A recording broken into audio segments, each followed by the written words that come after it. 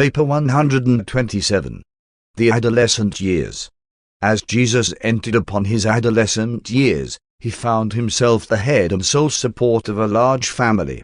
Within a few years after his father's death, all their property was gone. As time passed, he became increasingly conscious of his pre-existence.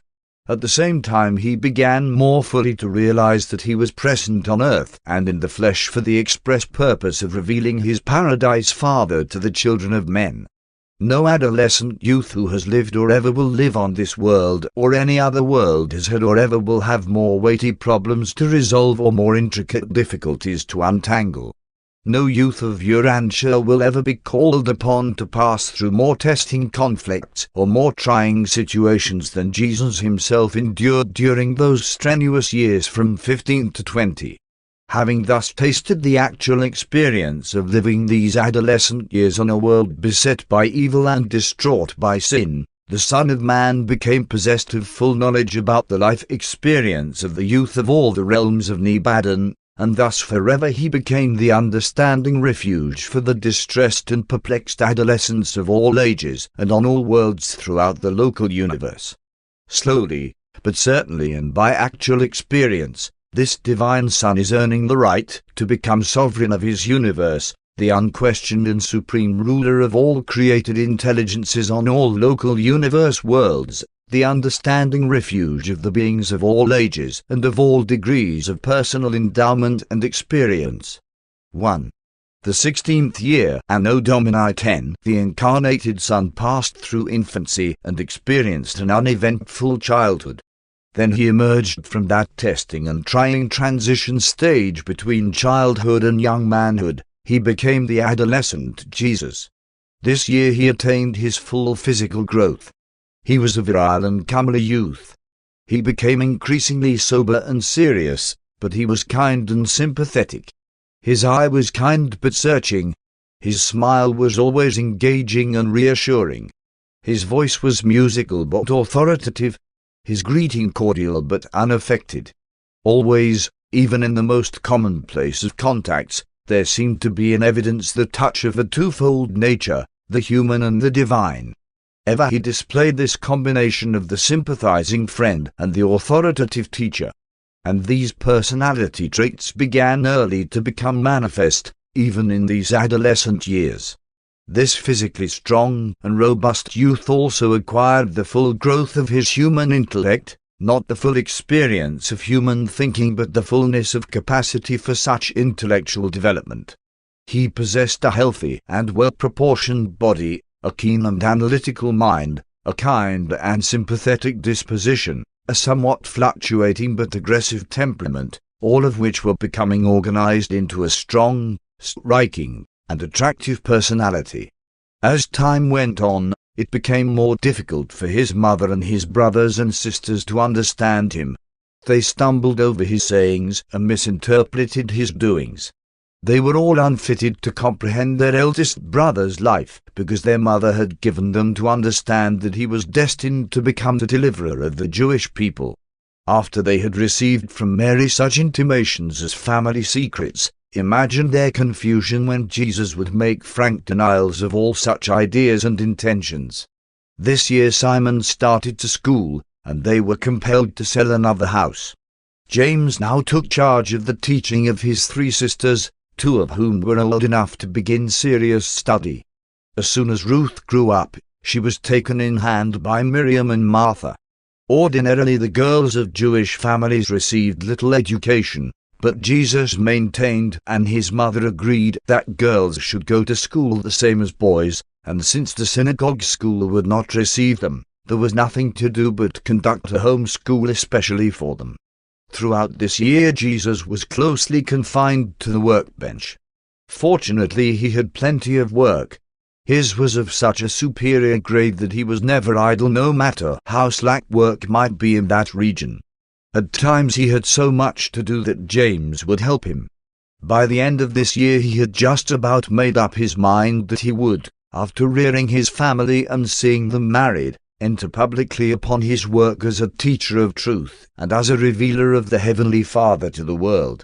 He knew he was not to become the expected Jewish Messiah, and he concluded that it was next to useless to discuss these matters with his mother. He decided to allow her to entertain whatever ideas she might choose, since all he had said in the past had made little or no impression upon her, and he recalled that his father had never been able to say anything that would change her mind. From this year on he talked less and less with his mother, or anyone else, about these problems.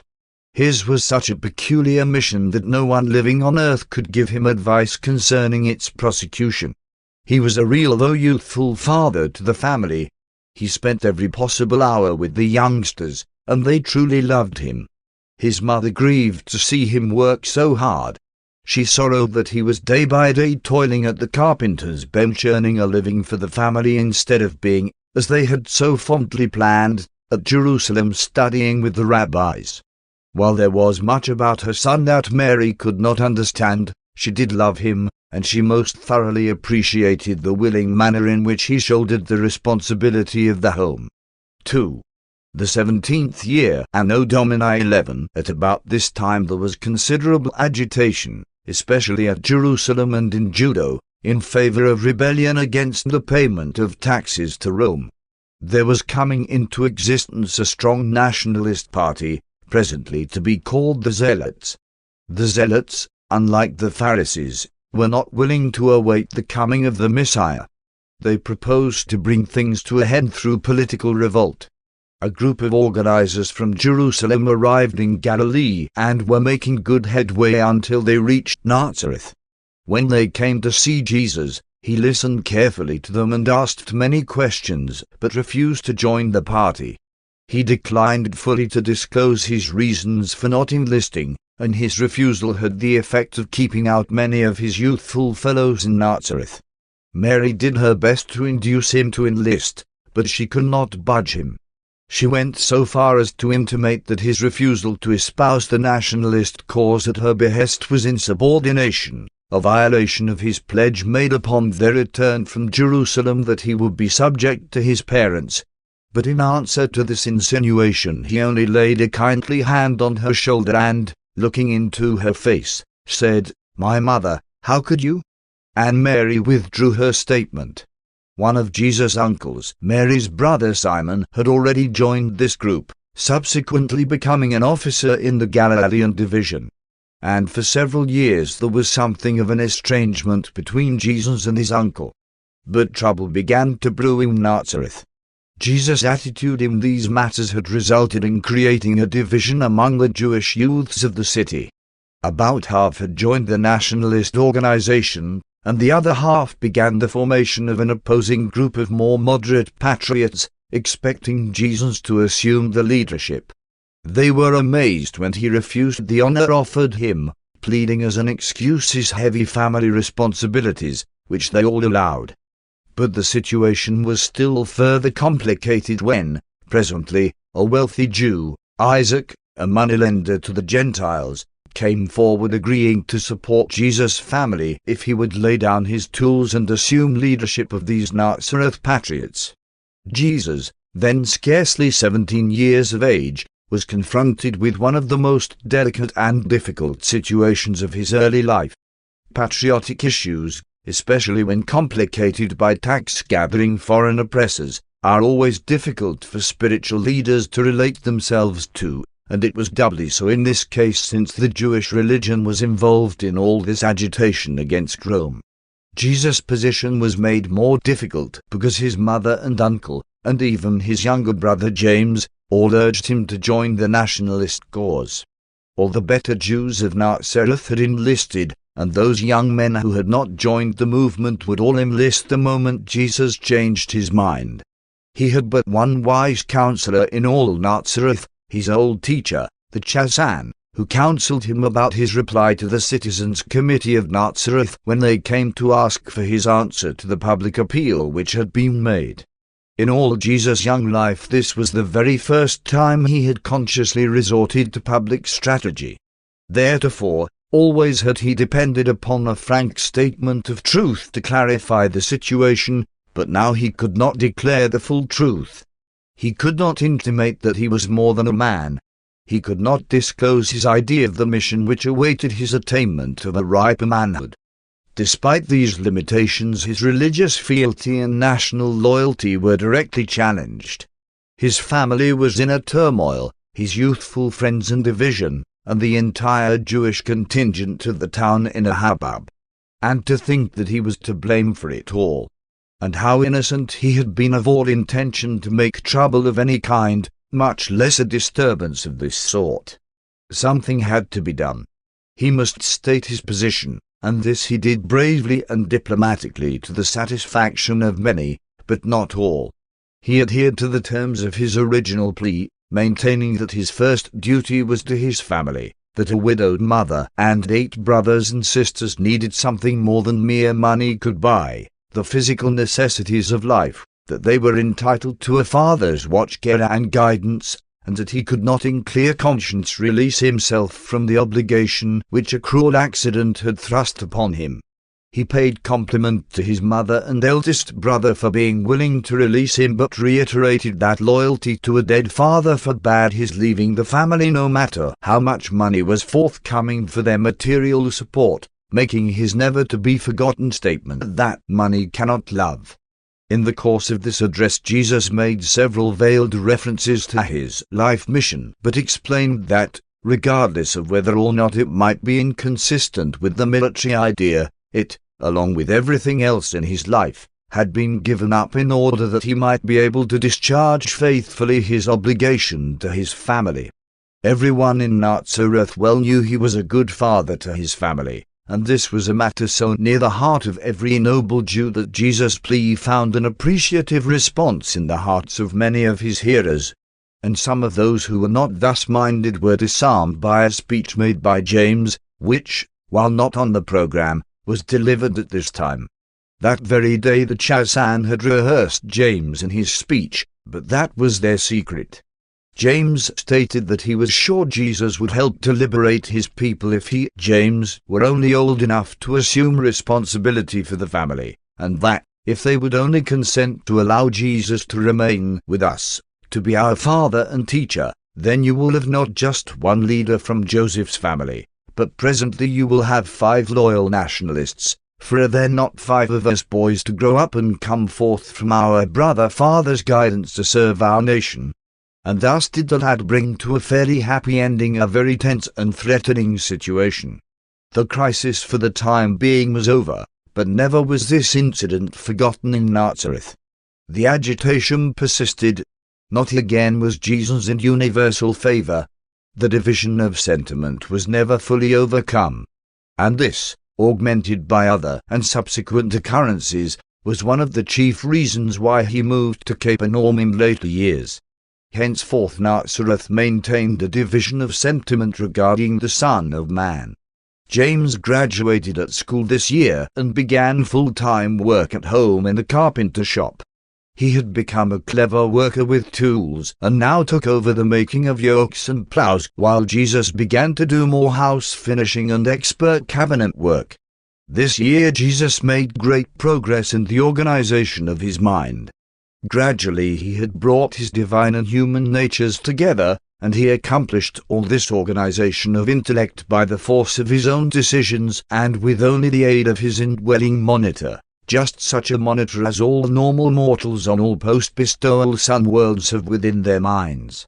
So far, nothing supernatural had happened in this young man's career except the visit of a messenger, dispatched by his elder brother Emmanuel, who once appeared to him during the night at Jerusalem. 3. The 18th year, Anno Domini 12, in the course of this year all the family property, except the home and garden, was disposed of. The last piece of Capernaum property, except an equity in one other, already mortgaged, was sold. The proceeds were used for taxes, to buy some new tools for James, and to make a payment on the old family supply and repair shop near the caravan lot, which Jesus now proposed to buy back since James was old enough to work at the house shop and help Mary about the home. With the financial pressure thus eased for the time being, Jesus decided to take James to the Passover. They went up to Jerusalem a day early, to be alone, going by way of Samaria. They walked, and Jesus told James about the historic places en route as his father had taught him on a similar journey 5 years before. In passing through Samaria, they saw many strange sights. On this journey they talked over many of their problems, personal, family, and national. James was a very religious type of lad, and while he did not fully agree with his mother regarding the little he knew of the plans concerning Jesus' life work, he did look forward to the time when he would be able to assume responsibility for the family so that Jesus could begin his mission. He was very appreciative of Jesus taking him up to the Passover, and they talked over the future more fully than ever before. Jesus did much thinking as they journeyed through Samaria, particularly at Bethel, and went drinking from Jacob's well. He and his brother discussed the traditions of Abraham, Isaac, and Jacob. He did much to prepare James for what he was about to witness at Jerusalem, thus seeking to lessen the shock such as he himself had experienced on his first visit to the temple. But James was not so sensitive to some of these sights. He commented on the perfunctory and heartless manner in which some of the priests performed their duties, but on the whole greatly enjoyed his sojourn at Jerusalem. Jesus took James to Bethany for the Passover supper. Simon had been laid to rest with his fathers, and Jesus presided over this household as the head of the Passover family, having brought the paschal lamb from the temple. After the Passover supper, Mary sat down to talk with James while Martha, Lazarus, and Jesus talked together far into the night. The next day they attended the temple services, and James was received into the commonwealth of Israel. That morning, as they paused on the brow of Olivet to view the temple, while James exclaimed in wonder, Jesus gazed on Jerusalem in silence. James could not comprehend his brother's demeanor. That night they again returned to Bethany and would have departed for home the next day, but James was insistent on their going back to visit the temple, explaining that he wanted to hear the teachers. And while this was true, secretly in his heart he wanted to hear Jesus participate in the discussions, as he had heard his mother tell about. Accordingly, they went to the temple and heard the discussions, but Jesus asked no questions. It all seemed so puerile and insignificant to this awakening mind of man and God, he could only pity them. James was disappointed that Jesus said nothing. To his inquiries Jesus only made reply, "My hour has not yet come." The next day they journeyed home by Jericho and the Jordan Valley, and Jesus recounted many things by the way, including his former trip over this road when he was 13 years old. Upon returning to Nazareth, Jesus began work in the old family repair shop and was greatly cheered by being able to meet so many people each day from all parts of the country and surrounding districts. Jesus truly loved people, just common folks. Each month he made his payments on the shop and, with James's help, continued to provide for the family. Several times a year, when visitors were not present thus to function, Jesus continued to read the Sabbath scriptures at the synagogue and many times offered comments on the lesson, but usually he so selected the passages that comment was unnecessary. He was skillful, so arranging the order of the reading of the various passages that the one would illuminate the other. He never failed, weather permitting, to take his brothers and sisters out on Sabbath afternoons for their nature strolls. About this time the Chazan inaugurated a young men's club for philosophic discussion which met at the homes of different members and often at his own home, and Jesus became a prominent member of this group. By this means he was enabled to regain some of the local prestige which he had lost at the time of the recent nationalistic controversies. His social life, while restricted, was not wholly neglected. He had many warm friends and staunch admirers among both the young men and the young women of Nazareth. In September, Elizabeth and John came to visit the Nazareth family. John, having lost his father, intended to return to the Judean hills to engage in agriculture and sheep-raising unless Jesus advised him to remain in Nazareth to take up carpentry or some other line of work. They did not know that the Nazareth family was practically penniless. The more Mary and Elizabeth talked about their sons, the more they became convinced that it would be good for the two young men to work together and see more of each other. Jesus and John had many talks together, and they talked over some very intimate and personal matters. When they had finished this visit, they decided not again to see each other until they should meet in their public service after the Heavenly Father should call them to their work.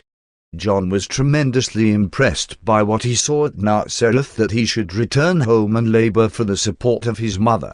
He became convinced that he was to be a part of Jesus' life mission, but he saw that Jesus was to occupy many years with the rearing of his family.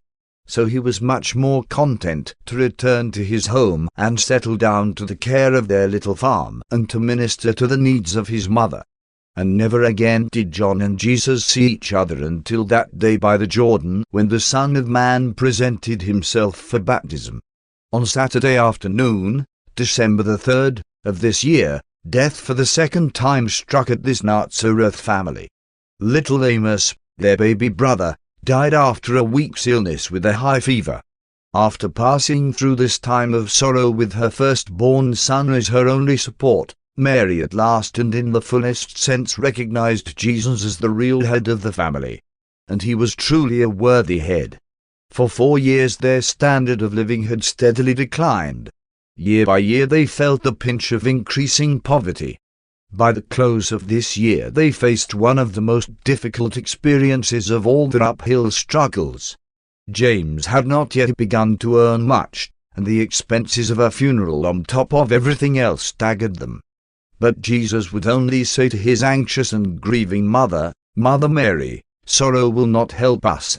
We are all doing our best," and mother's smile, perchance, might even inspire us to do better. Day by day we are strengthened for these tasks by our hope of better days ahead. His sturdy and practical optimism was truly contagious. All the children lived in an atmosphere of anticipation of better times and better things. And this hopeful courage contributed mightily to the development of strong and noble characters, in spite of the depressiveness of their poverty. Jesus possessed the ability effectively to mobilize all his powers of mind, soul, and body on the task immediately in hand. He could concentrate his deep-thinking mind on the one problem which he wished to solve, and this, in connection with his untiring patience, enabled him serenely to endure the trials of a difficult mortal existence, to live as if he were seeing him who is invisible. 4. The 19th year, Anno Domini 13, by this time Jesus and Mary were getting along much better. She regarded him less as a son. He had become to her more a father to her children. Each day's life swarmed with practical and immediate difficulties. Less frequently they spoke of his life work, for, as time passed, all their thought was mutually devoted to the support and upbringing of their family of 4 boys and 3 girls. By the beginning of this year Jesus had fully won his mother to the acceptance of his methods of child training, the positive injunction to do good in the place of the older Jewish method of forbidding to do evil. In his home and throughout his public teaching career Jesus invariably employed the positive form of exhortation. Always and everywhere did he say, "You shall do this, you ought to do that." Never did he employ the negative mode of teaching derived from the ancient taboos. He refrained from placing emphasis on evil by forbidding it, while he exalted the good by commanding its performance. Prayer time in this household was the occasion for discussing anything and everything relating to the welfare of the family. Jesus began wise discipline upon his brothers and sisters at such an early age that little or no punishment was ever required to secure their prompt and wholehearted obedience. The only exception was Jude, upon whom on sundry occasions Jesus found it necessary to impose penalties for his infractions of the rules of the home. On 3 occasions when it was deemed wise to punish Jude for self-confessed and deliberate violations of the family rules of conduct, his punishment was fixed by the unanimous decree of the older children and was assented to by Jude himself before it was inflicted. While Jesus was most methodical and systematic in everything he did, there was also in all his administrative rulings a refreshing elasticity of interpretation and an individuality of adaptation that greatly impressed all the children with the spirit of justice which actuated their father-brother. He never arbitrarily disciplined his brothers and sisters, and such uniform fairness and personal consideration greatly endeared Jesus to all his family. James and Simon grew up trying to follow Jesus' plan of placating their bellicose and sometimes irate playmates by persuasion and non-resistance, and they were fairly successful. But Joseph and Jude, while assenting to such teachings at home, made haste to defend themselves when assailed by their comrades. In particular was Jude guilty of violating the spirit of these teachings. But non-resistance was not a rule of the family. No penalty was attached to the violation of personal teachings. In general, all of the children, particularly the girls, would consult Jesus about their childhood troubles and confide in him just as they would have in an affectionate father. James was growing up to be a well-balanced and even-tempered youth, but he was not so spiritually inclined as Jesus. He was a much better student than Joseph, who, while a faithful worker, was even less spiritually minded. Joseph was a plodder and not up to the intellectual level of the other children. Simon was a well-meaning boy, but too much of a dreamer. He was slow in getting settled down in life and was the cause of considerable anxiety to Jesus and Mary. But he was always a good and well-intentioned lad. Jude was a firebrand. He had the highest of ideals, but he was unstable in temperament. He had all and more of his mother's determination and aggressiveness, but he lacked much of her sense of proportion and discretion. Miriam was a well-balanced and level-headed daughter with a keen appreciation of things noble and spiritual. Martha was slow in thought and action, but a very dependable and efficient child. Baby Ruth was the sunshine of the home. Though thoughtless of speech, she was most sincere of heart. She just about worshipped her big brother and father. But they did not spoil her. She was a beautiful child, but not quite so comely as Miriam, who was the belle of the family, if not of the city. As time passed, Jesus did much to liberalize and modify the family teachings and practices related to Sabbath observance and many other phases of religion, and to all these changes Mary gave hearty assent. By this time Jesus had become the unquestioned head of the house. This year Jude started to school, and it was necessary for Jesus to sell his harp in order to defray these expenses. Thus disappeared the last of his recreational pleasures.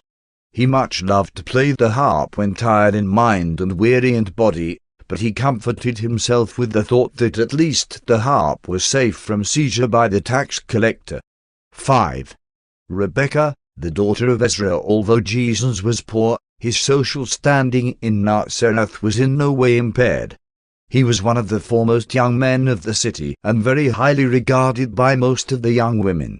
Since Jesus was such a splendid specimen of robust and intellectual manhood, and considering his reputation as a spiritual leader, it was not strange that Rebekah, the eldest daughter of Ezra, a wealthy merchant and trader of Nazareth, should discover that she was slowly falling in love with this son of Joseph. She first confided her affection to Miriam, Jesus' sister, and Miriam in turn talked all this over with her mother. Mary was intensely aroused. Was she about to lose her son, now become the indispensable head of the family? Would troubles never cease? What next could happen? And then she paused to contemplate what effect marriage would have upon Jesus' future career. Not often, but at least sometimes, did she recall the fact that Jesus was a child of promise.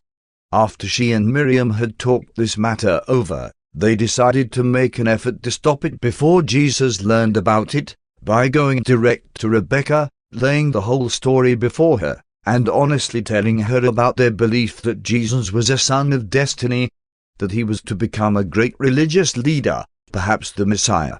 Rebekah listened intently. She was thrilled with the recital and more than ever determined to cast her lot with this man of her choice and to share his career of leadership. She argued to herself that such a man would all the more need a faithful and efficient wife. She interpreted Mary's efforts to dissuade her as a natural reaction to the dread of losing the head and sole support of her family. But knowing that her father approved of her attraction for the carpenter's son, she rightly reckoned that he would gladly supply the family with sufficient income fully to compensate for the loss of Jesus' earnings. When her father agreed to such a plan, Rebecca had further conferences with Mary and Miriam, and when she failed to win their support, she made bold to go directly to Jesus. This she did with the cooperation of her father, who invited Jesus to their home for the celebration of Rebecca's 17th birthday. Jesus listened attentively and sympathetically to the recital of these things, first by the father, then by Rebecca herself.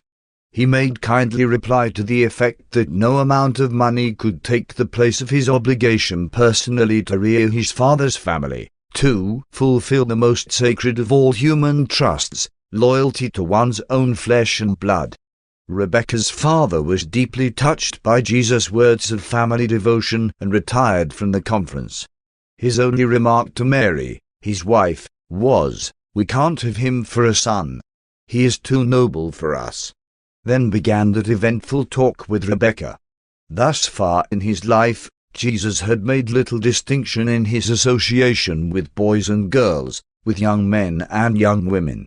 His mind had been altogether too much occupied with the pressing problems of practical earthly affairs and the intriguing contemplation of his eventual career about his father's business, ever to have given serious consideration to the consummation of personal love in human marriage.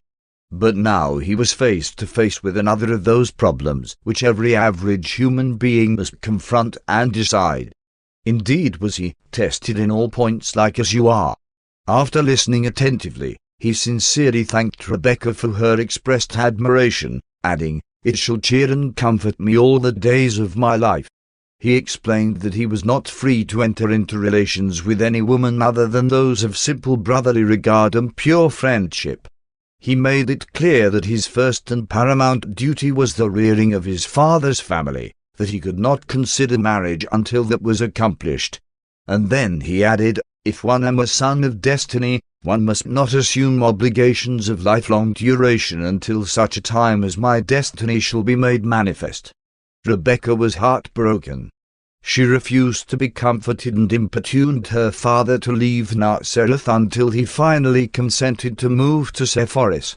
In after years, to the many men who sought her hand in marriage, Rebecca had but one answer. She lived for only one purpose, to await the hour when this, to her, the greatest man who ever lived would begin his career as a teacher of living truth. And she followed him devotedly through his eventful years of public labor, being present unobserved by Jesus the day when he rode triumphantly into Jerusalem.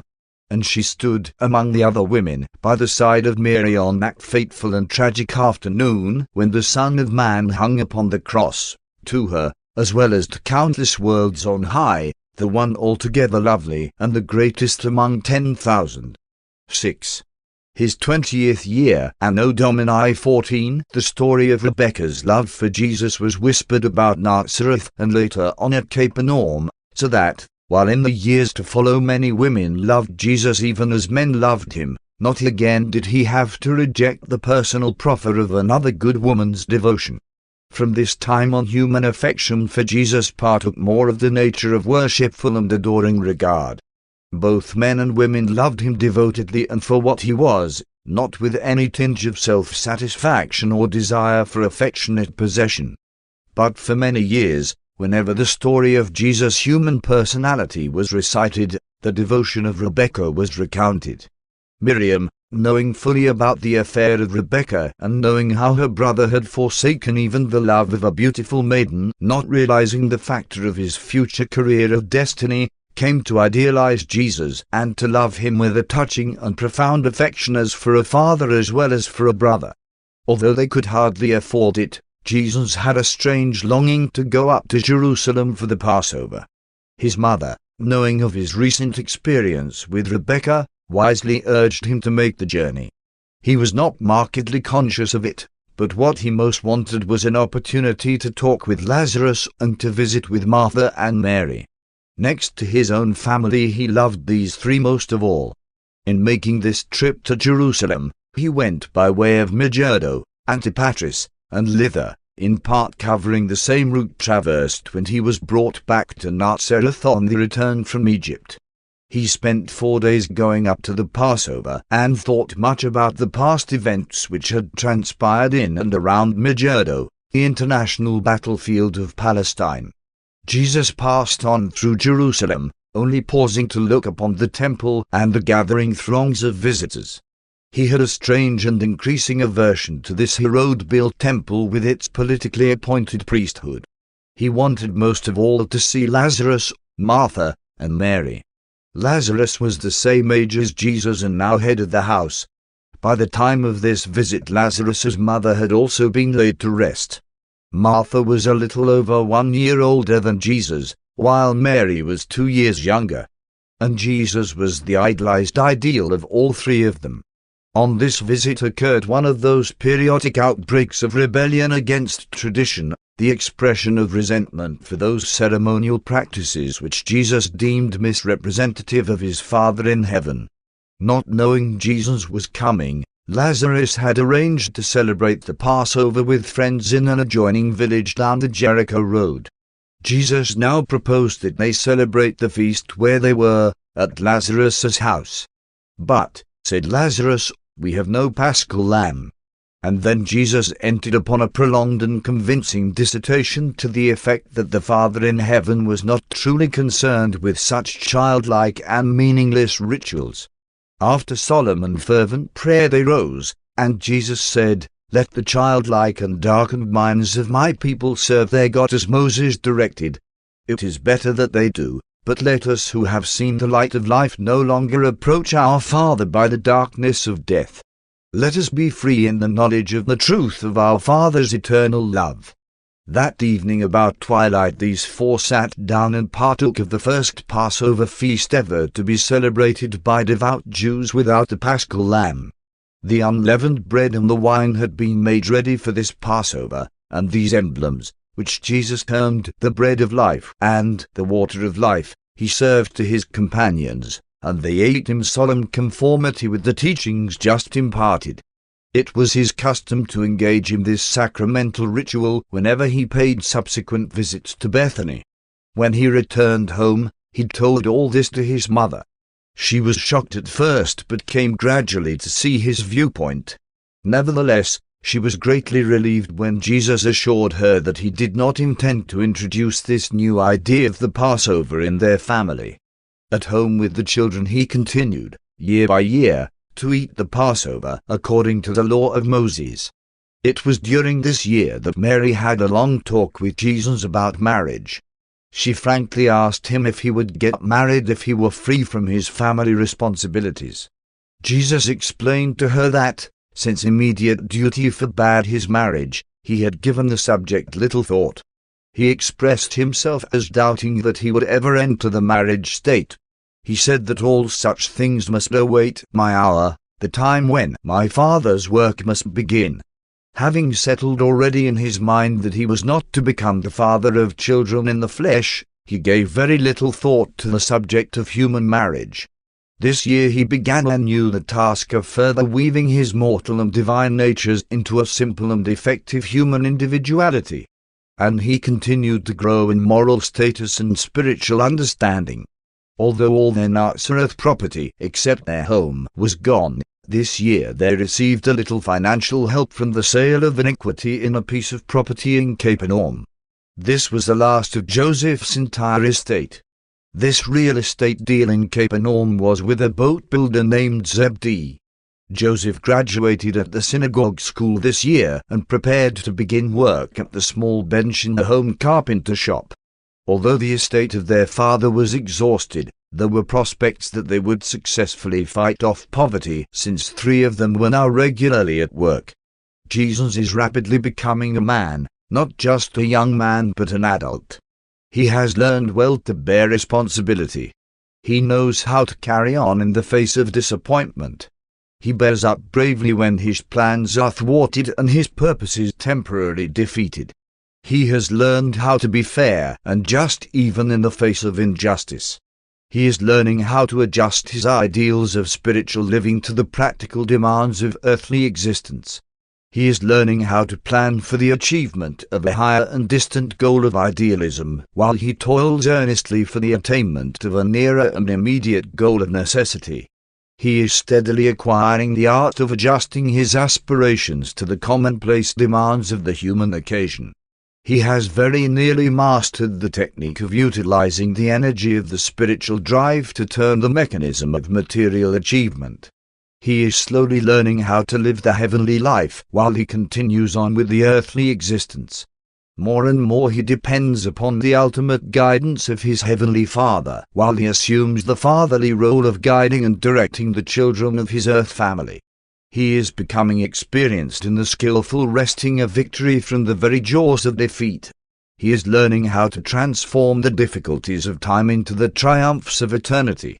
And so, as the years pass, this young man of Nazareth continues to experience life as it is lived in mortal flesh on the worlds of time and space. He lives a full, representative, and replete life on Urantia. He left this world ripe in the experience which his creatures pass through during the short and strenuous years of their first life, the life in the flesh. And all this human experience is an eternal possession of the universe sovereign.